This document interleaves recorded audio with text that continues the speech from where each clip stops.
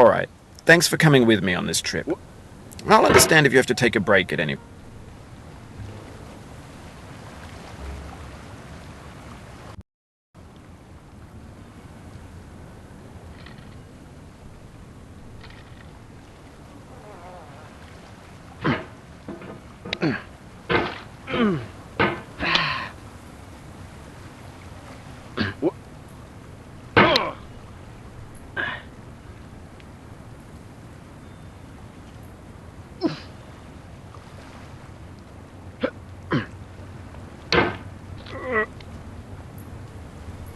There's no feeling more intense than starting over.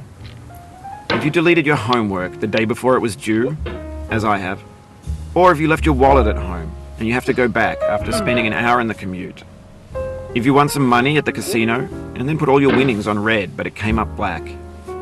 If you got your best shirt dry cleaned before a wedding and then immediately dropped food on it. If you won an argument with a friend and then later discovered that they just returned to their original view. Starting over is harder than starting up. If you're not ready for that, like if you've already had a bad day, then what you're about to go through might be too much. Feel free to go away and come back. I'll be here. Alright, thanks for coming with me on this trip. I'll understand if you have to take a break at any point. Just find a safe place to stop and quit the game. And don't worry, I'll save your progress, always, even your mistakes. This game is a homage to a free game that came out in 2002, titled Sexy Hiking. The author of that game was Jazzuo, a mysterious Czech designer who was known at the time as the father of B games. And B games are rough assemblages of found objects. Designers slap them together very quickly and freely, and they're often too rough and unfriendly to gain much of a following. They're built more for the joy of building them than as polished products. In a certain way, Sexy Hiking is the perfect embodiment of a B game. It's built almost entirely out of found and recycled parts, and it's one of the most unusual and unfriendly games of its time. In it, your task is simply to drag yourself up a mountain with a hammer. And that act of climbing, in the digital world or in real life, has certain essential properties that give the game its flavor. No amount of forward progress is guaranteed. Some cliffs are too sheer or too slippery. And the player is constantly, unremittingly in danger of falling and losing everything. Anyway, when you start Sexy Hiking, you're standing next to this dead tree that blocks the way to the entire rest of the game. It might take you an hour to get over that tree, and a lot of people never got past it. You prod and you poke at it, exploring the limits of your reach and your strength, trying to find a way up and over. And there's a sense of truth in that lack of compromise. Most obstacles in video game worlds are fake. You can be completely confident in your ability to get through them once you have the correct method or the correct equipment or just by spending enough time. In that sense, every pixelated obstacle in Sexy Hiking is real. The obstacles in Sexy Hiking are unyielding, and that makes the game uniquely frustrating. But I'm not sure Jazzuo intended to make a frustrating game. The frustration is just essential to the act of climbing, and it's authentic to the process of building a game about climbing. A funny thing happened to me as I was building this mountain. I'd have an idea for a new obstacle, and I'd build it, test it, and it would usually turn out to be unreasonably hard. But I couldn't bring myself to make it easier. It already felt like my inability to get past a new obstacle was my fault as a player rather than as a builder. Imaginary mountains build themselves from our efforts to climb them, and it's our repeated attempts to reach the summit that turns those mountains into something real. When you're building a video game world, you're building with ideas, and that can be like working with quickset cement. You mold your ideas into a certain shape that can be played with, and in the process of playing with them, they begin to harden and set until they're immutable, like rock. And at that point, you can't change the world. Not without breaking it into pieces and starting fresh with new ideas.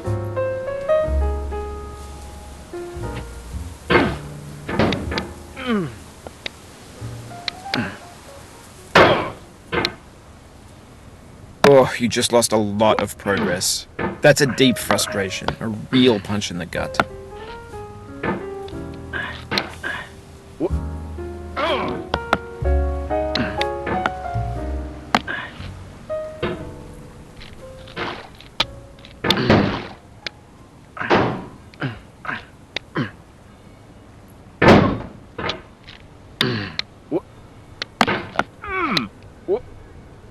Oof, sorry about that.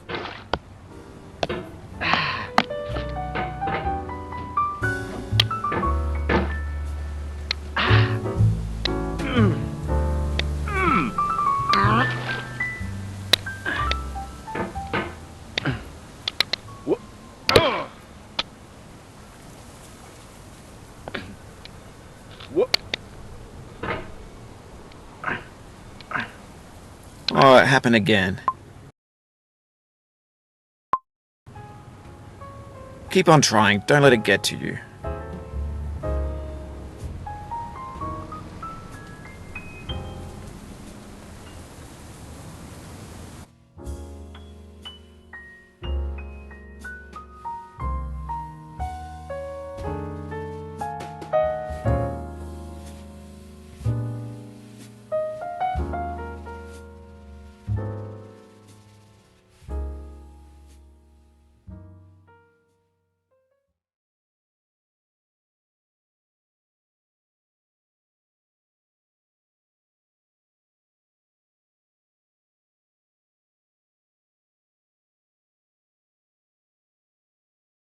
For years now, people have been predicting that games would soon be made out of prefabricated objects, bought in a store and assembled into a world. And for the most part, that hasn't happened, because the objects in the stores are trash. I don't mean they look bad or that they're badly made, although a lot of them are. I mean they're trash in the way that food becomes trash as soon as you put it in the sink. Things are made to be consumed and used in a certain context, and once the moment is gone, they transform into garbage. In the context of technology, those moments pass by in seconds. Over time, we've poured more and more refuse into this vast digital landfill that we call the internet. It now vastly outnumbers and outweighs the things that are fresh and untainted and unused. When everything around us is cultural trash, trash becomes the new medium, the lingua franca of the digital age. And you can build culture out of trash. But only trash culture. Be games, be movies, be music, be philosophy.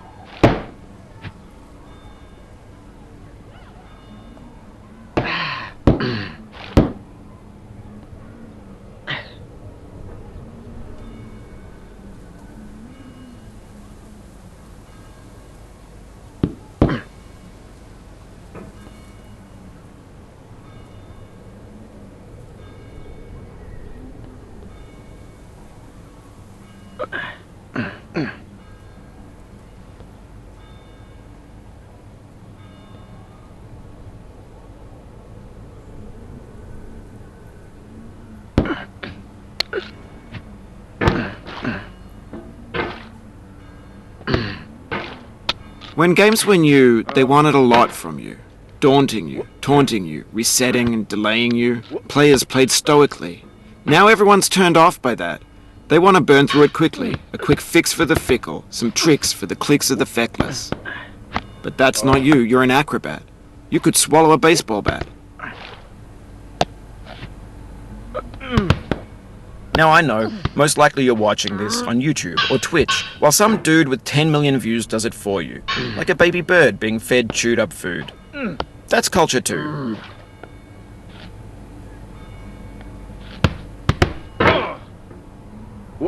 The soul would have no rainbow, had the eyes no tears. John Vance Cheney.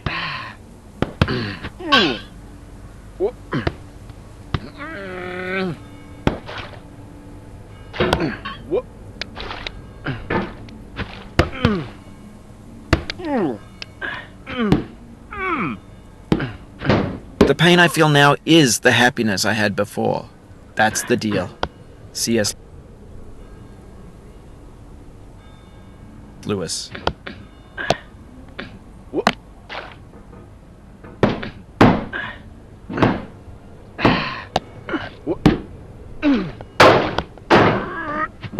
I feel within me a peace above all earthly dignities.